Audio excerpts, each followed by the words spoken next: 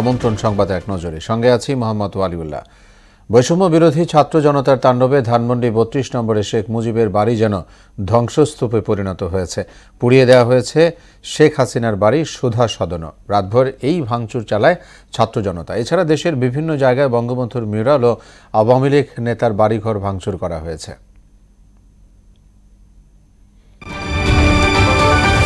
ধানমন্ডি ৩২ নম্বর বাড়িতে ভাঙচুরের ঘটনাকে অনভিপ্রেত ও অনাকাঙ্ক্ষিত বলছে অন্তর্বর্তী সরকার। এক বিবৃতিতে উল্লেখ করা হয়, পলাতক অবস্থায় ভারতে বসে জুলাই অভ্যুত্থানের বিরুদ্ধে শেখ হাসিনার উস্কানিমূলক বক্তব্যের কারণে জনমনে গভীর ক্রোধ তৈরি হয়েছে, যার বহিঃপ্রকাশ ঘটেছে। ভারতে বসে শেখ হাসিনা যাতে বাংলাদেশে আর বিশৃঙ্খলা করতে না পারে এমন আহ্বানও জানানো হয় বিবৃতিতে। দিল্লিতে বসে বাংলাদেশকে অস্থিতিশীল করা থেকে শেখ হাসিনাকে বিরত রাখতে ঢাকায় ভারতের ভারপ্রাপ্ত হাইকমিশনারকে তলব করেছে পররাষ্ট্র মন্ত্রণালয়। দুপুরে ভারপ্রাপ্ত হাইকমিশনারকে ডেকে তার হাতে প্রতিবাদ লিপি তুলে দেওয়া হয়। এ বিষয়ে মন্ত্রণালয়ে এক ব্রিফিংয়ে পররাষ্ট্র উপদেষ্টা তৌহিদ হোসেন বলেন, শেখ হাসিনাকে প্রতিহত করার বিষয়ে দিল্লিকে লিখিতভাবে অনুরোধ করা হয়েছে।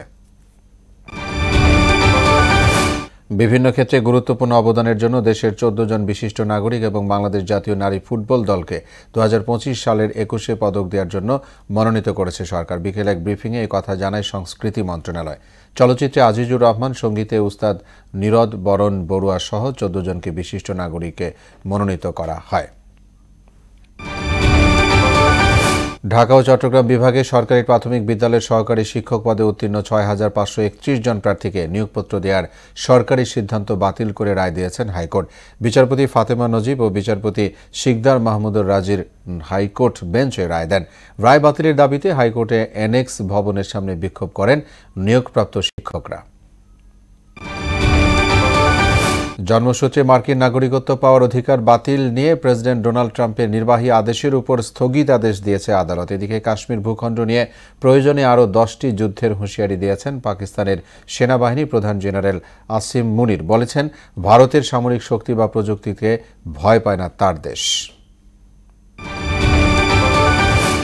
চ্যাম্পিয়ন্স ট্রফির আগে হঠাৎ ওয়ানডে থেকে অবসরে ঘোষণা দিলেন অস্ট্রেলিয়ার বিশ্বকাপ জয়ী অলরাউন্ডার মার্কাস স্টয়নিস। অবশ্য স্টয়নিসকে রেখেই চ্যাম্পিয়ন্স ট্রফির দল ঘোষণা করে ক্রিকেট অস্ট্রেলিয়া। বৈশ্বিক এই টুর্নামেন্টের প্রস্তুতি হিসেবে কলম্বোয় শ্রীলঙ্কার বিপক্ষে আগামী সপ্তাহে 2টি ওয়ানডে খেলবে তারা। তবে টি-20তে মনোযোগ দিতে ওয়ানডে ছাড়ার সিদ্ধান্ত নেন স্টয়নিস। এই ছিল সংবাদ এক নজরে। সবশেষ খবর সবার আগে জানতে মোহনার সাথেই থাকুন।